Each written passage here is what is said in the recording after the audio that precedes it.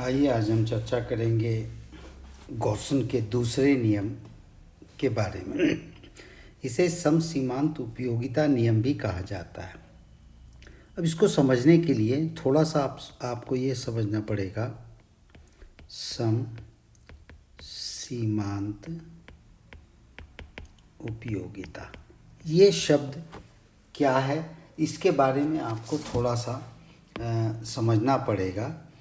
अब जैसे कि नाम से क्लियर है, समसीमांत यानी सम और सीमांत, ये दो शब्दों से मिलकर बना है गॉसन का दूसरा नियम। समसीमांत का सीधा साधा मतलब होता है बराबर, और ये सीमांत उपयोगिता। यानी इसको समझने के लिए आपको ये समझना पड़ेगा गॉसन के नियम को। यदि कोई व्यक्ति है जिसके पास कोई एक वस्तु है ए, और ये व्यक्ति इसका विभिन्न प्रकार से प्रयोग कर सकता है। अब इस वस्तु के लिए ए वस्तु, ये व्यक्ति है मान लीजिए राम के पास ए वस्तु है। अब ए वस्तु का वो विभिन्न प्रयोग कर सकता है। तो अब राम क्या करेगा, इस वस्तु के विभिन्न प्रयोगों को इस प्रकार बांटेगा कि उसकी सीमांत उपयोगिता हर जगह बराबर रहे। यानी अगर एक से अधिक जगह इस वस्तु का प्रयोग करना है तो हर जगह उसकी सीमांत उपयोगिता एक जैसी रहे। ये परिभाषा दी थी मार्शल ने। अब चूंकि इसे गॉसन का दूसरा नियम कहते हैं, तो अब थोड़ा गॉसन साहब क्या कहते हैं इसके बारे में वो अपन थोड़ा देखते हैं। अब गॉसन ने ये कहा कि प्रत्येक व्यक्ति अपने कुल आनंद की बात की, उन्होंने अपने कुल आनंद को अधिकतम करना चाहता है। यानी कुल संतुष्टि यानी यहाँ हो गया टोटल यूटिलिटी। हर व्यक्ति इसे अधिकतम करना चाहता है।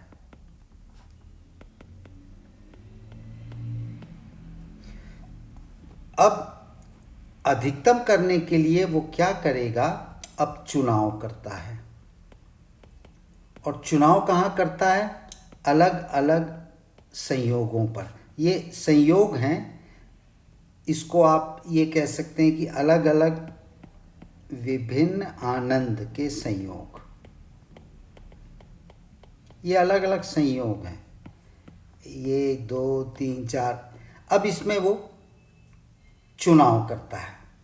अब चुनाव इसलिए कर रहा है वो क्योंकि इस व्यक्ति के पास, हम वही उदाहरण लेते हैं राम का, राम कुल आनंद में अधिकतम वृद्धि चाहता है। यानी वो चाहता है कि उसकी कुल उपयोगिता अधिकतम हो। इसके लिए वो क्या करेगा कि अलग अलग आनंदों के बीच, अलग अलग तुष्टियों के बीच, अलग अलग संतुष्टि के बीच वो चुनाव करता है। अब चुनाव इसलिए करेगा क्योंकि उसके पास बहुत ज़्यादा साधन नहीं हैं, साधन सीमित हैं उसके पास, असीमित नहीं है। साधन तृप्तियों को पूरा करने के लिए उसके पास बहुत सीमित है। अब चूंकि साधन सीमित है, साधनों की कमी है, तो वो इसका पूरा उपयोग नहीं कर पाता, वो आंशिक रूप से प्राप्त कर पाता है इन आनंदों को। अब मजबूरी रहती है उसके कि वो आनंदों की पूर्ति को आंशिक रूप से ही प्राप्त कर पाता है, आंशिक रूप से प्राप्त कर पाता है। किसको, आनंद की पूर्ति को, आनंद को यह आंशिक रूप से ही प्राप्त कर पा रहा है वो व्यक्ति।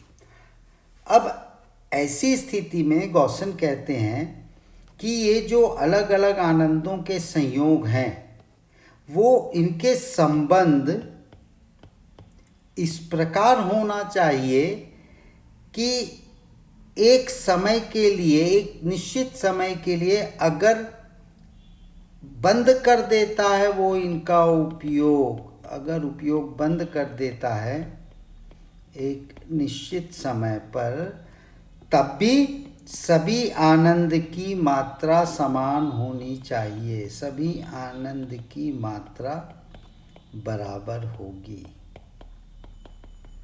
यानी A बराबर B बराबर C, ये गोसन ने कहा। यानी अधिकतम आनंद चाहता है, अब इसको थोड़ा सा अधिकतम आनंद चाहता है गोसन साहब के हिसाब से व्यक्ति, उसके पास साधन सीमित हैं।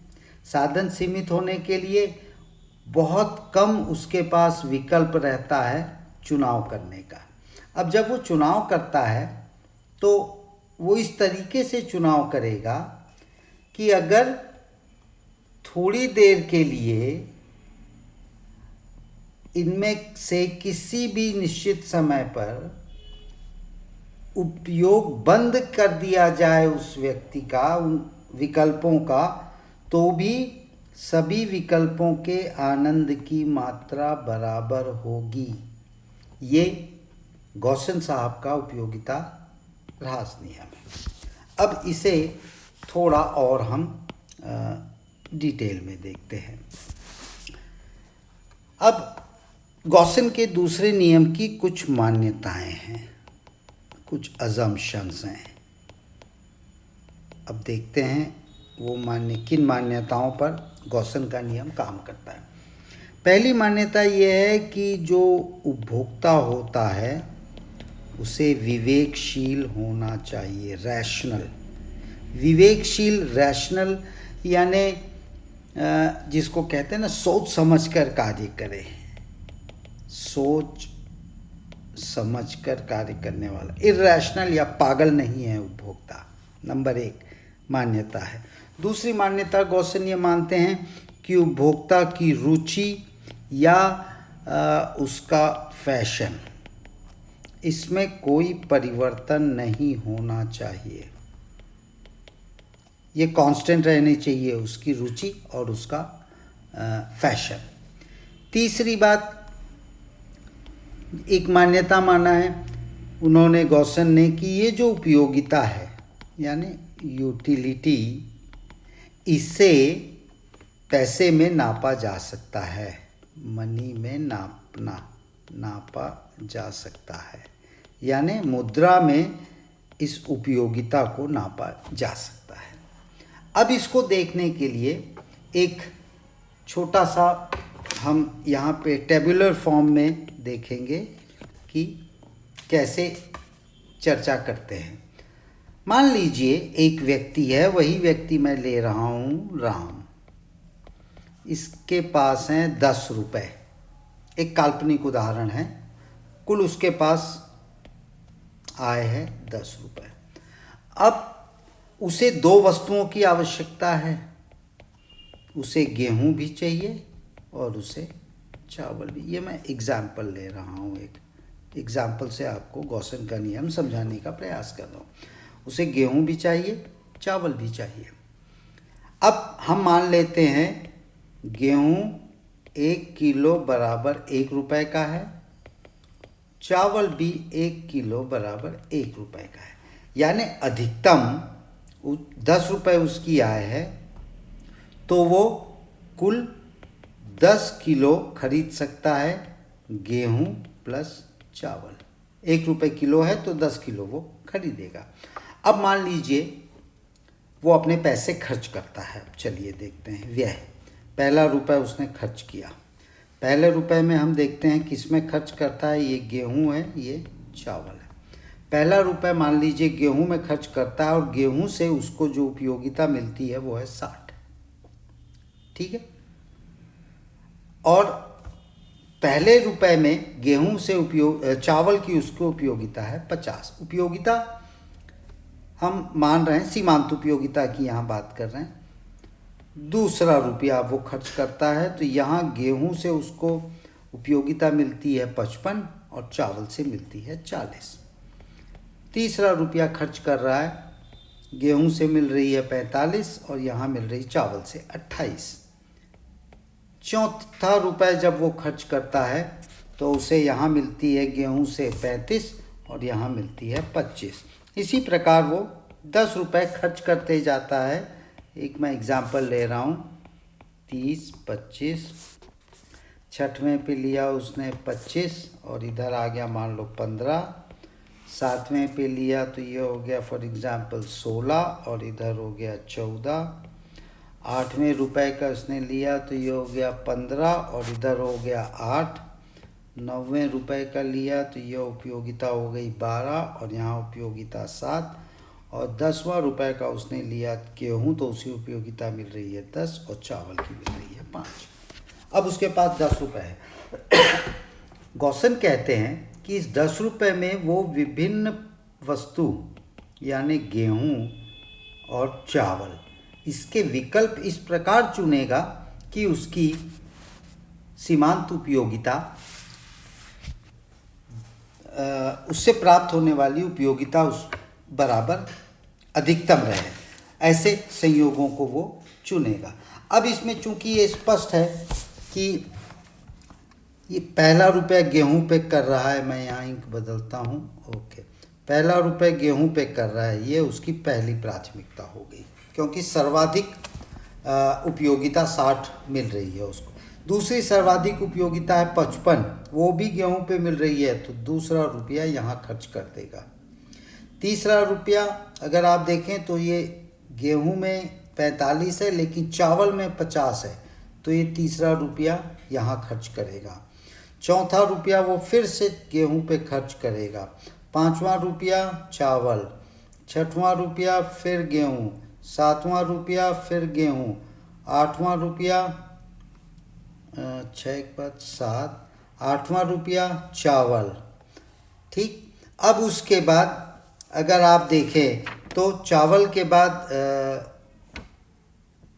9वां रुपया यहाँ खर्च करेगा और 10वां रुपया यहाँ खर्च, क्योंकि ये यहाँ भी 25 मिल रही है, यहाँ भी 25 मिल रही है तो उसके पास विकल्प है खर्च करने के लिए जहाँ चाहे। अब वो क्या कर रहा है, मात्रा देखें, गेहूं कितनी मात्रा, 1 2 3 4 5 6 किलो गेहूं खरीद रहा है प्लस 1 2 3 4 किलो चावल खरीद रहा है। यानी ये संयोग जो है उसका 6 किलो गेहूं और 4 किलो चावल, ये उसके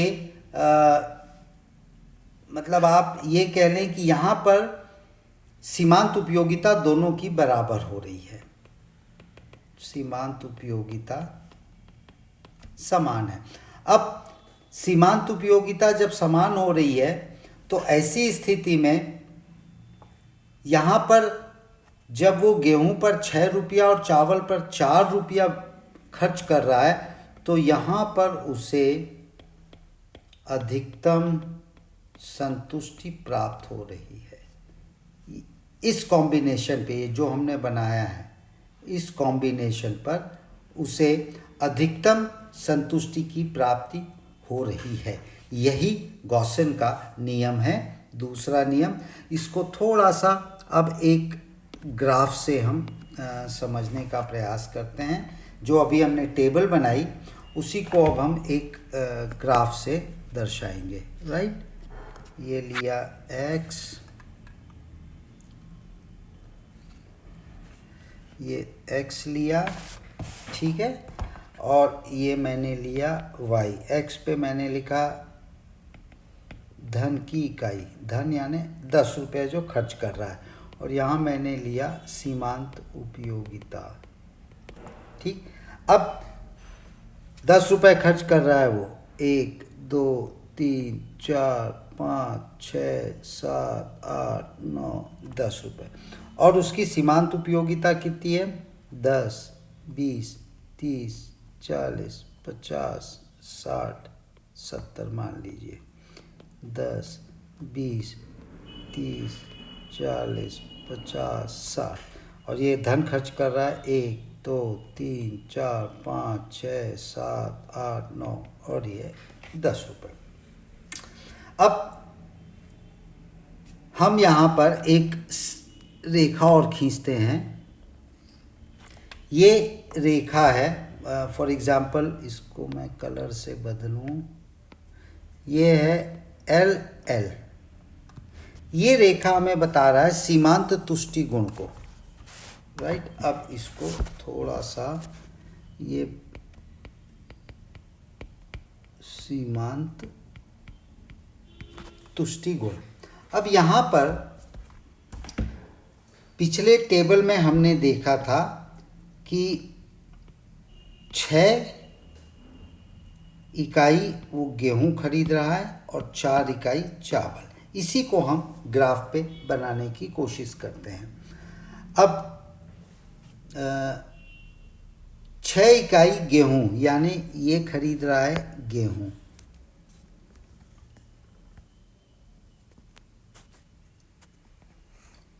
ये 6 इकाई गेहूं खरीदा और 4 इकाई उसने खरीदा चावल।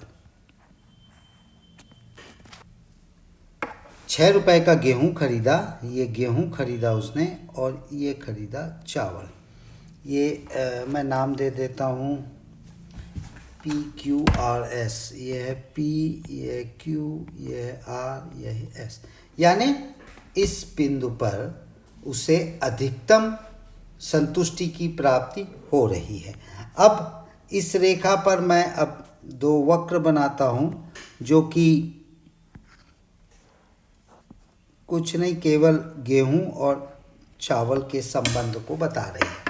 ये बता रहा है, ऊपर वाली रेखा ये बता रही है गेहूं और ये रेखा बता रही है चावल।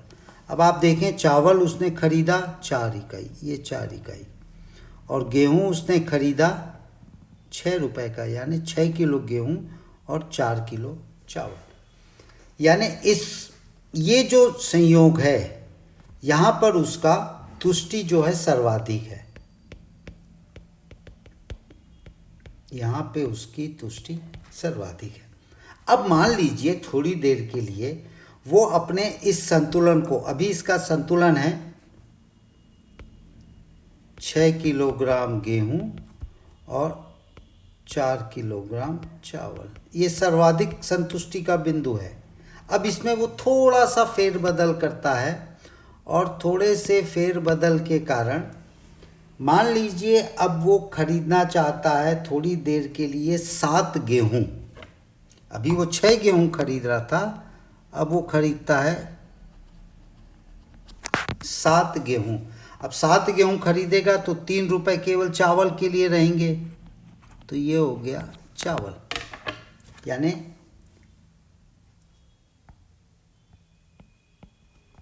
सात किलोग्राम गेहूं और यहाँ उसने लिया 3 किलोग्राम चावल। अब यहाँ पर इस बिंदु पर ये गेहूं हो गया, इसको मैं कलर थोड़ा डल हो गया ये। अब अगर आप देखें तो यहाँ मैं इसको थोड़ा शेडेड कर रहा हूँ,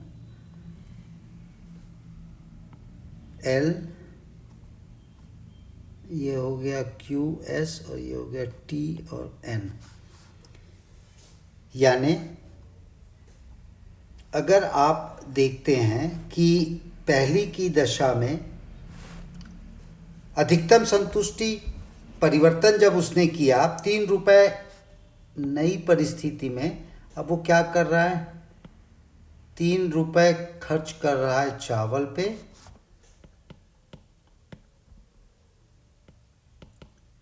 पे, और 7 रुपए खर्च कर रहा है गेहूं पे। ये नया संयोग वो बनाने की कोशिश कर रहा है, परिवर्तन कर रहा है। अब गेहूं के उपभोग से मिलने वाली सीमांत उपयोगिता कितनी हो गई? गेहूं से मिलने वाली, ये देखिए ये शेडेड है, ये पोर्शन है, यानी ये हो गई R, गेहूं से मिलने वाली सीमांत उपयोगिता, ये हो गई R TS, ये हो गई गेहूं। और चावल से मिलने वाली सीमांत उपयोगिता कितनी हो गई? अब आप देखें LPQN, ये वाला पोर्शन, ये हो गई चावल से मिलने वाली उपयोगिता। अब दोनों में अगर आप देखें, दोनों खंड में, तो चावल से मिलने वाली उपयोगिता जो है वो गेहूं से मिलने वाले खंड की उपयोगिता से बड़ा है। यानी यहाँ पर LPQN वाला जो खंड है वो बड़ा है RR'TS वाले खंड से। ठीक, यानी स्पष्ट है कि यदि उपभोक्ता 7 रुपये गेहूं पर और 3 रुपये चावल पर खर्च करता है तो उसकी कुल उपयोगिता में कमी आ रही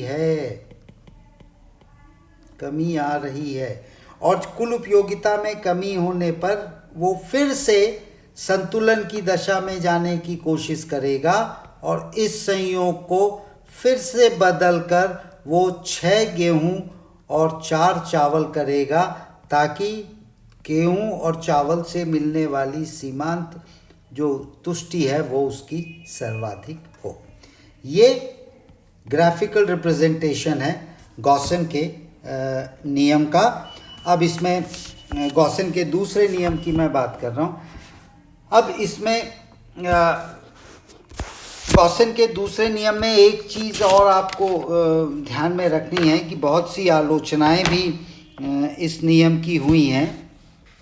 खास तौर पर ये कहा गया है कि उपभोक्ता, ये मैं अगर देखूं, उपभोक्ता विवेकशील नहीं होता, यानी उपभोक्ता को जो रैशनल माना गया है उस पर संदेह दर्शाया है अर्थशास्त्रियों ने कि उपभोक्ता विवेकशील नहीं होता। फिर कई बार रुचि में परिवर्तन होने लगते हैं। भाई जो चीज़ आज मुझे अच्छी लग रही वो ज़रूरी नहीं है कि कल भी मुझे अच्छी लगे। तीसरी बात, गॉसन ने कहा था कि उपयोगिता को हम पैसे से मापें, तो आलोचना में कहा गया है कि उपयोगिता की माप कठिन है। तो ये पूरा का पूरा हो गया गॉसन का दूसरा नियम। यहाँ पर जो टेबुलर फॉर्म में समझाया गया है आपको, उसी को यहाँ डायग्राम से बताने का प्रयास किया गया है। आज इतना ही। इसके बाद नेक्स्ट चैप्टर चालू होगा तटस्थता वक्र विश्लेषण का। Thank you.